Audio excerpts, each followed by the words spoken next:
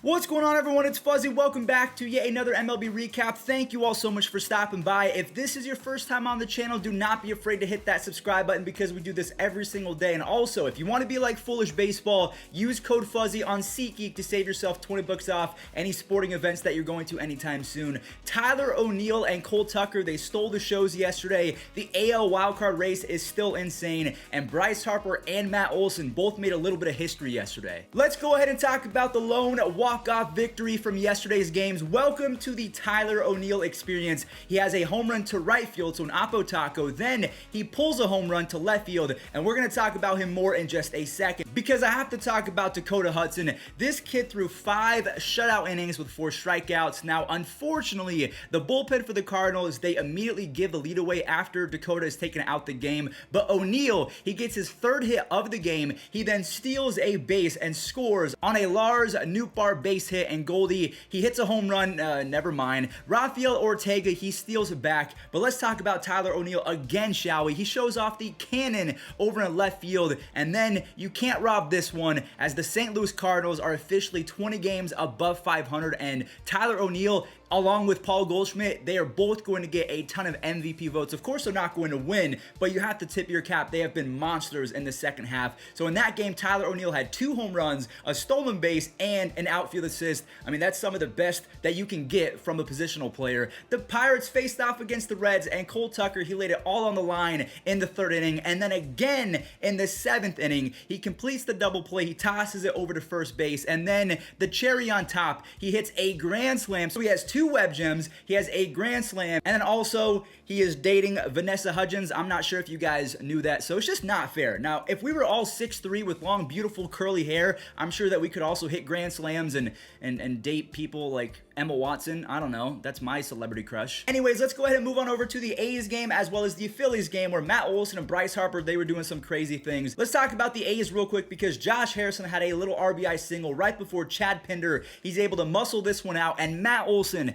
with this 2-run bomb. It wasn't just his 39th home run of the season. It's no biggie. Matt Olson, all he does is hit home runs, but it came off a left-handed pitcher that is 22 home runs off lefties. That is a major league record for a single season. He passes Barry Bonds, Ken Griffey Jr., and Stan Musial. That is some of the most elite company I've ever heard of. Anyways, Sean Manaea, he had 6 strikeouts in just under 6 innings, and Seth Brown, he starts a 4-run 8th as Trevino collects his 22nd save of the year. I still cannot believe that Matt Olson passed those 3 guys, Bonds, Griffey, and Musial. Only one of them is not in the Hall of Fame. I think we all know why. Moving on over to the Phillies versus the Marlins, Sandy Alcantara, he has 200 strikeouts. He is the first Miami Marlins starting pitcher with 200 since Jose Fernandez, rest in peace. Bryce Harper says, that's cute. He doubles in starting pitcher Ranger Suarez after Odubel Herrera had an RBI 2-bagger of his own. And then Bryce has a Bryce bomb, 41 doubles on the year. That was home run number 35. He also has 84 RBIs, 100 runs, and 99 walks. He is the first outfielder since Barry Bonds in 1998 with that stat line, and he has 48 extra base hits in the second half.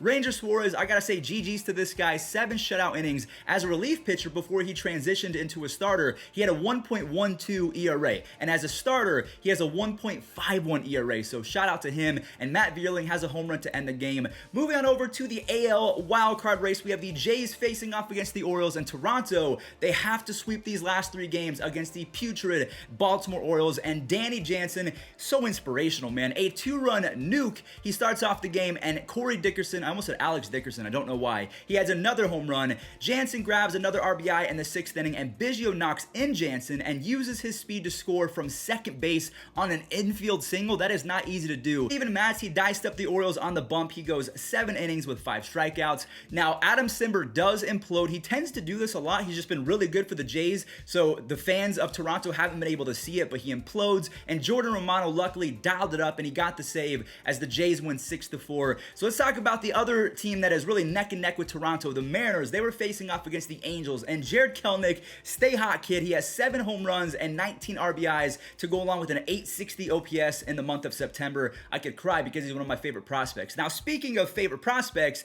Braden Marsh is also one of those guys. He has a 2-run double to give Jose Suarez the lead, and he goes 5 innings, only allows 3 base hits, and has 5 strikeouts. Torrens, he has a leadoff triple in the 7th inning, so they are going to score easy.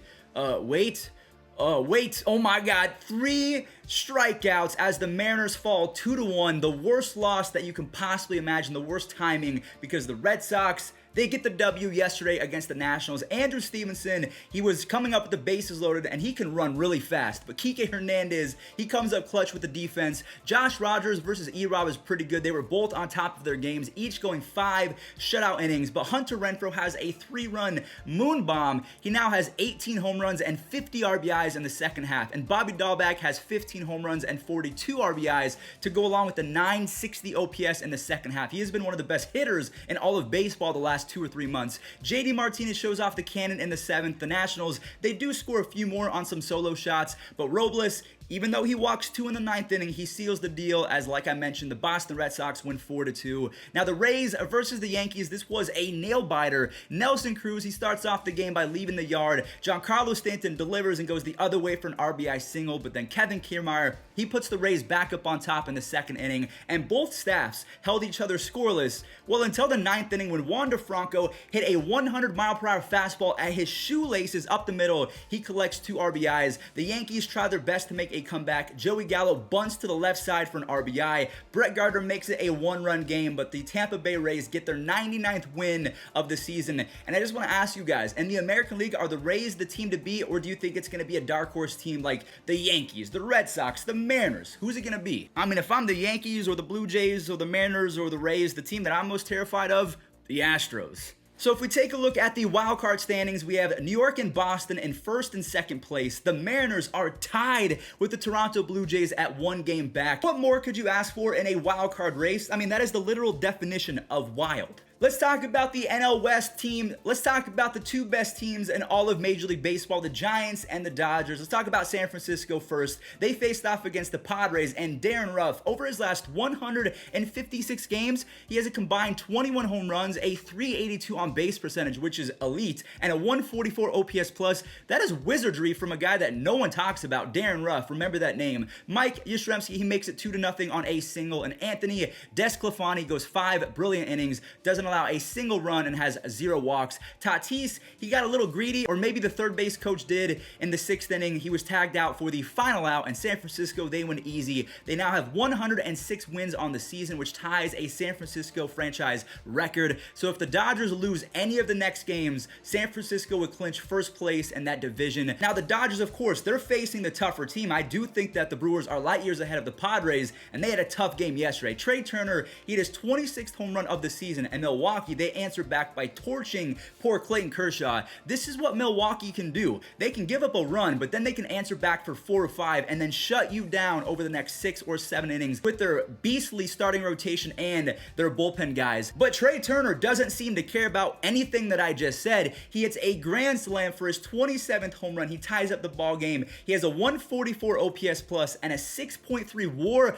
This guy has been incredible over the last 2 or 3 seasons. Matt Beatty has a pinch hit home run to give LA the lead, and the Dodgers end up with 8 runs as Kenley Jansen, he comes in and puts his cleat on the neck of the Brewers. He gets the save. Now, like I mentioned, if the Dodgers lose any of their next games, they will have to play the Cardinals in the wild card. So at the very least, if the Dodgers, who are on a 5-game winning streak, if they don't lose for the rest of the year, and same with the Giants, who are on a 7-game winning streak, they'll be tied at 1st place. So at that point, I don't know what happens. All right, let's go ahead and get into the fast cap from yesterday. These are the games that have nothing to do with the standings, but they were still a lot of fun to talk about. The White Sox versus the Tigers. Jose Abreu, he finally gets to the 30 home run. He was plateaued at 29 for the longest time, and of course, because I'm a fanboy, I want to talk about Akil Baddoo. The bad man steals his 17th bag in the 4th inning and then scores on Robbie Grossman's base hit, but that was it for Detroit. As the White Sox, they get that run back and more. They immediately put up 3 runs as Lance Lynn was shoving it yesterday. Only 1 run in 5 innings. Abreu has an RBI double. Gavin Sheets has an RBI base hit. And then Abreu drives in another one. So 3 separate occasions in which Abreu was driving the RBIs. That was on a bases loaded walk. The White Sox, they're looking pretty good lately. The Rockies versus the Diamondbacks. Holy slugfest. Starting pitcher Humberto Castellanos hits a 3-run bomb. Ketel Marte has one of his own. And then Christian Walker, he caps off a 7-run third with a 2-run tater. But cue the implosion by the Diamondbacks. CJ Cron and Ryan McMahon, they turn up the heat just a little bit. Diaz makes it a little hotter, and then Sam Hilliard, he cranks the heat. He makes it a 7-6 ball game. Dom Nunez ties it up, and Trevor Story along with CJ Cron, they complete the comeback and they win 9-7. The Mets faced off against the Braves. What can't Austin Riley do? He makes a Gold Glove play over at first base, and Pete Alonso shows off his glove as well. The only thing is he is not a Gold Glove caliber defender. The Mets get 2 in the 4th off the bats of Pete Alonso and McCann, and then Tyler Megill, he was sick. 6 strikeouts, only 1 hit and 5 shutout innings. Brandon Nimmo with his first home run of the day, 414 feet. My goodness, that was a moonshot. Albies has an RBI double. So if we look at the stat line for Albies, he has 39 doubles, 30 home runs, 105 RBIs, and 20 stolen bases as a second baseman. That is ridiculous. Now back to the winning team. Nimmo homers again. He has 16 home runs and a 407 on base percentage over his last 145 games. So we have to put a little bit more respect on Darren Ruff as well as Brandon Nimmo. I think that Brandon Nimmo is a top 5, top 10 center fielder in all of baseball. Cleveland faced off against the Rangers yesterday, and Austin Hedges on his 10th home run raises his OPS plus on the season to a whopping 44. Absolute monster. J-Ram ties it up on a 2-run double, but the lead does vanish after kind of off of homers. But then Bobby Bradley, he has his team's back. He hits a moonshot. I keep saying moonshot, I'm sorry. Ahmed Rosario, he scores one on an infield single, and then J-Ram and Big Harold, they grab the final 2 runs to bring it 9 total on the day. And the last but not least, a 15-run total game, the Royals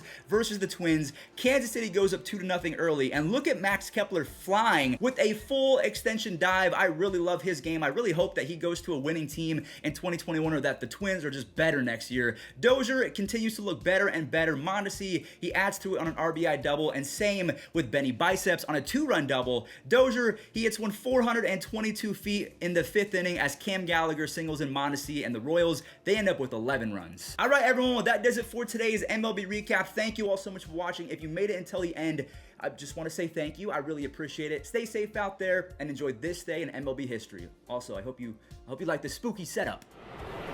And he shoots one on I got to give it to him. There's a shot. Tigers in the 8th.